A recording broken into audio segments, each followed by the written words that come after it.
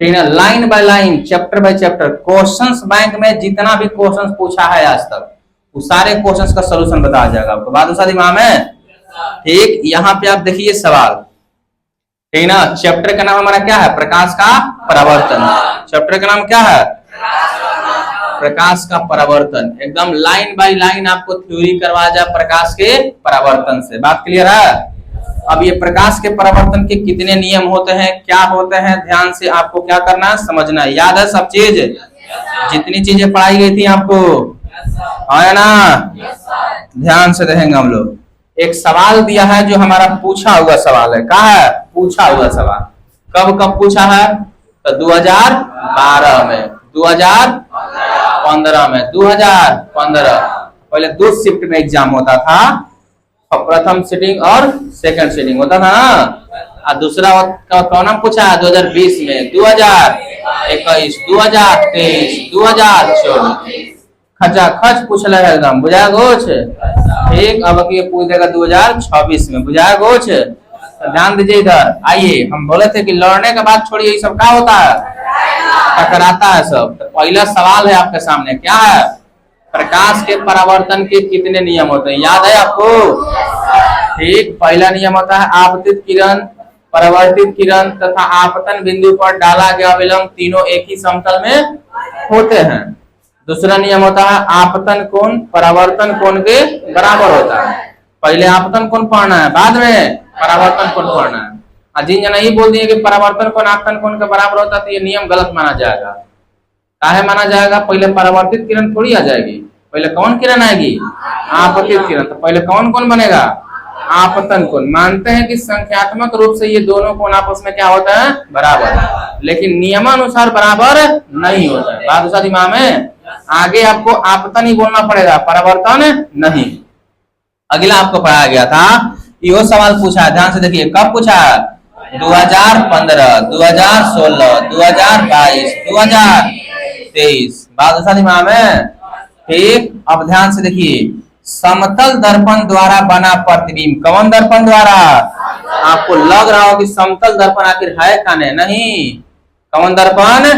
समतल दर्पण द्वारा बना प्रतिबिंब। सबसे पहले हम आपको पढ़ाए थे, कौन दर्पण पढ़ाए थे? समतल दर्पण। याद आ रहा हो? कौन दर्पण पढ़े थे सबसे पहले हम लोग? समतल दर्पण द्वारा बना प्रतिबिंब कैसा होता है, ये है ना। कौन सा दर्पण है? समतल दर्पण द्वारा। एकर मुंह ऊपर में है तो एकर का नीचे में है, ठीक।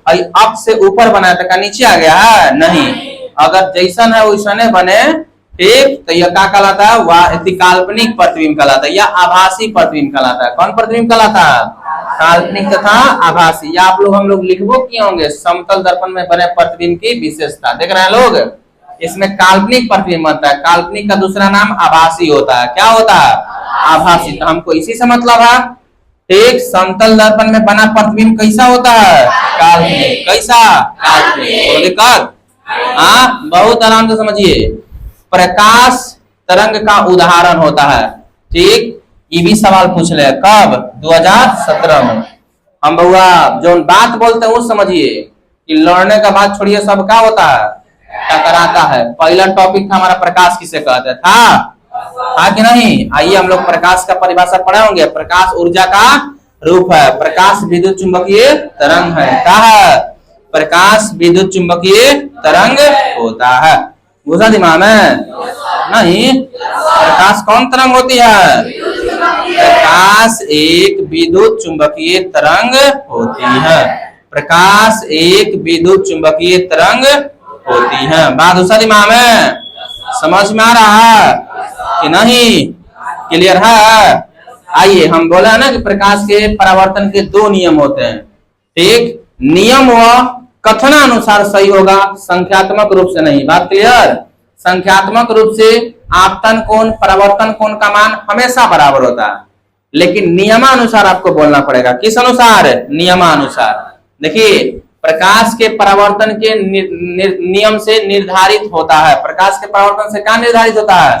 ऑप्शन पढ़ लीजिए। आपतन कोण परावर्तन कोण के बराबर होता है, परावर्तन कोण आपतन कोण के बराबर होता है। फिर लिख रहा है आपतन कोण विचलन कोण के बराबर होता है। इनमें से कोई नहीं। यहाँ पे आप लोग विचलन कोण के बारे में नहीं समझ रहे होंगे लोग। ये हम लोग पढ़ेंगे मानव नेत्र रंग बिरंगी दुनिया में, बात होता दिमाग में। ठीक, तो देखिए आपको लगा कि सर कौन आई बराबर आर लिखे चाहे आर बराबर आई लिखे, तो दोनों तो बतिया है क्या है। यह संख्यात्मक रूप से, किस रूप से, संख्यात्मक रूप से, मतलब 30 डिग्री तो 30 डिग्री, 40 डिग्री तो 40 डिग्री, कनियों से लिखिए तो कोई फर्क नहीं पड़ेगा।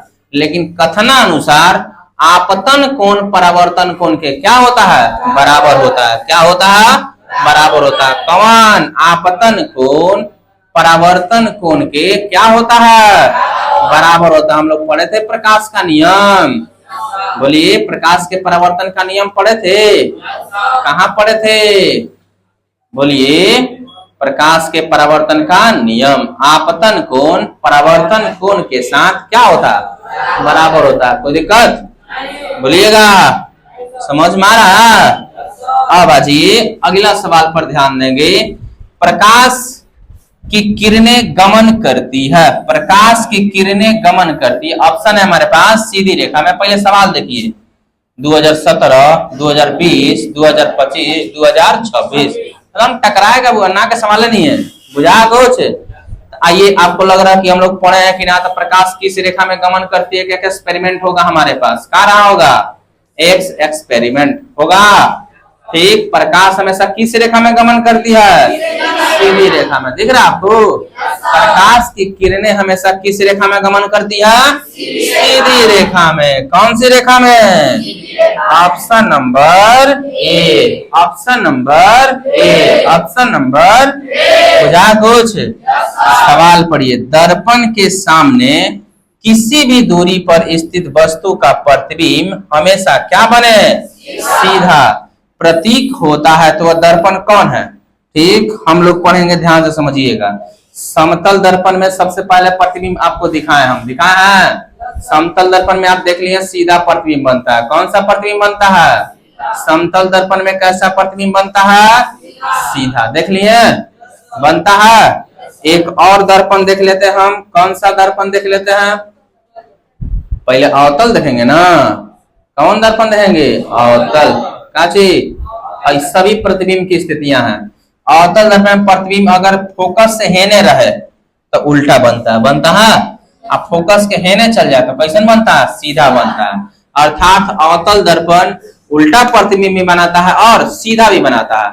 एक और दर्पण आ जाता है, कौन सा, कौन सा दर्पण, उत्तल दर्पण। कौन सा दर्पण, उत्तल दर्पण। कौन सा दर्पण, उत्तल दर्पण वस्तु का हमेशा सीधा प्रतिबिंब बनाता है। कैसा प्रतिबिंब बनाता है, तो दो गो दर्पण मिला जो वस्तु का सीधा प्रतिबिंब बनाता है। कौन कौन, समतल और उत्तल। तो यहाँ पे हमेशा जरूर लगाना चाहिए, दर्पण के सामने किसी भी दूरी पर लगा प्रतिबिंब सीधा प्रतीत होता है। तो वह दर्पण कौन सा है, केवल समतल, केवल अवतल। तो अवतल तो नहीं होगा क्योंकि अवतल में सीधो बन जाता है और उल्टा भी बन जाता है। तो केवल उत्तल जी नहीं, या तो समतल दर्पण होगा ना तो उत्तल होगा। वस्तु का हमेशा सीधा प्रतिबिंब समतल दर्पण और उत्तल दर्पण दोनों में बनता है। कोई दिक्कत, बात आई समझ में, बोलिए ध्यान से। अगला सवाल पढ़िएगा। एक प्रकाश की किरण समतल दर्पण पर लंबवत, जरूरी नहीं है कि यह समतल दर्पण हो, कुछ दे सकता, अवतल दर्पण पे भी क्या आ जाए, लंबवत आ जाए। कहा आ जाए, लंबवत आ जाए। कौन दर्पण पे, और उत्तल दर्पण पे भी क्या आ जाए, लंबवत आ जाए। क्या आ जाए, लंबवत आ जाए। या तो समतल पे भी लंबवत पड़ जाए, या अवतल पे भी लंबवत पड़ जाए, या उत्तल पे भी लंबवत पड़ जाए। ठीक, तब परावर्तन कोण का मान क्या होगा। अब जरूरी नहीं है कि यह परावर्तन पूछेगा, यो पूछ सकता है, काची, अपवर्तन कोण का मान क्या होगा। क्योंकि परावर्तन कोण अपवर्तन कोण के साथ बराबर बिल्कुल नहीं होता है। बात क्लियर, क्योंकि हम आगे क्या बोल दिए हैं, परावर्तन। हमको कैसे बोलना चाहिए, आपतन कोण परावर्तन कोण के बराबर होता है। बात उसा दिमाग में, लेकिन संख्यात्मक रूप से केनियो बोलिए कोई फर्क नहीं पड़ेगा। बात समझ में आ रहा है। ठीक, तो या तो परावर्तन पूछ देगा ना तो अपवर्तन पूछ देगा। तो बना कोण क डिग्री का होता है। ऑप्शन है हमारे पास 135, 90, 45, 0। बात क्लियर। तो किरण क्या है, लंबवत है ना। आपको थ्योरी समझाया जाए पहले कि किसी भी दर्पण में प्रतिबिंब बनाने का नियम हम लोग पढ़े थे। कहाँ पढ़े थे? प्रतिबिंब बनाने का नियम। कहाँ पढ़े थे हम लोग? प्रतिबिंब बनाने का नियम। यदि कोई किरण किसी दर्पण पे लंबवत आती है, कहाँ आती है? लंबवत, 90 डिग्री पर। ये अवतल में हो गया और यह उत्तल में। यदि कोई किरण उत्तल दर्पण पे लंबवत आती है तो यहाँ पे आपतन कोण देखिए, जैसे आता है टकराता है, फिर उन्हीं क्या होता है? चला जाता है। सब क्लास में पढ़ाया गया था आपको बढ़िया से। तो लंबवत प्रवर्तित होती है या अपवर्तित होती है, तो यहाँ पे आपतन कोण, परावर्तन कोण का मान क्या डिग्री होता है? 0 डिग्री। आपतन कोण, परावर्तन कोण का मान क्या डिग्री होता है? 0 डिग्री।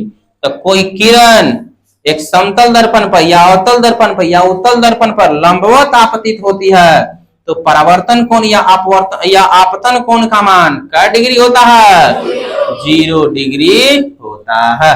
0 डिग्री होता है। बात दूसरा दिमाग में।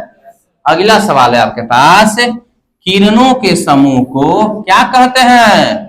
तो किरण पुंज या प्रकाश पुंज दोनों कहते हैं। बात क्लियर? हमारा आंसर सही हो जाएगा ए और बी दोनों। याद आ रहा है? किरणों के समूह को क्या कहते हैं हम लोग? किरण पुंज या प्रकाश पुंज कहते हैं। यह 3 प्रकार का होता है। क्या प्रकार का होता है? 3 प्रकार का। समानांतर किरण पुंज, अभिसारी किरण पुंज और अपसारी किरण पुंज। किरण पुंज या प्रकाश पुंज लिखा गया है। किरणों के समूह को क्या कहते हैं? किरण पुंज या प्रकाश पुंज कहते हैं। तो ऑप्शन नंबर ए और ऑप्शन नंबर बी हो जाएगा। बात दूसरा दिमाग में। समझ में आ रहा सब लोगों को? बोलिए क्लियर। अब आइए, सूर्य से आने वाली किरण पुंज, सूर्य से, सनलाइट, निम्न में से कौन सा होता है? समानांतर किरण पुंज होता है। अब आप समझिएगा कैसे। कोई बादल होता है, वैसे सनलाइट आ रहा होगा तो आप देखेंगे प्रकाश एकदम सीधी रेखा में जा रहा है कि ना? किस रेखा में जा रहा है? सीधी रेखा में। और सारी रेखाएं वो एक दूसरे के क्या दिखती हैं? समानांतर दिखती हैं। क्या दिखती हैं? समानांतर। ये आसमान में एगो सूरज है। क्या सूरज है? एगो सही से किरण गया, एगो आओ सूरज मान लेते हैं हम लोग। बात आई समझ में? ऐसे जाएगा तो एक दूसरे के क्या जाएगा? समानांतर जाएगा। क्या जाएगा? समानांतर जाएगा। बात दूसरा दिमाग में। तेल लगा हुआ कागज। कैसा कागज? तेल लगा हुआ। आप एक तेल लगा हुआ कागज पर, किस पर? तेल लगा हुआ कागज पर प्रकाश डालते हैं। क्या डालते हैं? प्रकाश। या मान लीजिए हमारे पास यही एक कागज है, ठीक, इस पे हम लोग मोबाइल का लाइट जला दें। क्या जला दें? मोबाइल का लाइट। तो ये फैलते हुए दिखाई देगा। क्या दिखाई देगा? फैलते हुए। नहीं कि यहाँ से सब क्या हो रहा है? बाहर सब निकल रहा है। बात समझ में आ रहा है कि ना? क्या करते हुए दिखाई देगा? फैलते हुए। क्या चीज? फैलते हुए दिखाएगा। जो किरणें फैलते हुए दिखाई देते हैं उसे अपसरित किरण पुंज कहते हैं। क्या कहते हैं? अपसरित किरण पुंज कहते हैं। बात समझ में आया? ठीक। और अभिसरित मतलब कहीं दूर से आए और एक जगह पे पड़ जाए, ठीक, उसे अभिसरित कहते हैं। ठीक। इसे हिंदी में एक और नाम दे दिया जाता है, जहां तो लोग पढ़ते हैं अपसारित। अपसारित किरण पुंज इसका एक और नाम है। बात आई समझ में? और इसका अभिसरित। बात दूसरा दिमाग में। ठीक। अब ये क्वेश्चंस थे। कितने क्वेश्चंस हैं? 10 गो। और ये टोटल आपके एग्जाम में पूछा है 2025 में खूब गर्दा आया है सवाल, है कि ना? तो ये पार्ट 1 है। क्या है? पार्ट 1। क्लियर? इसके आगे भी हम लोग सीखेंगे। क्लियर है?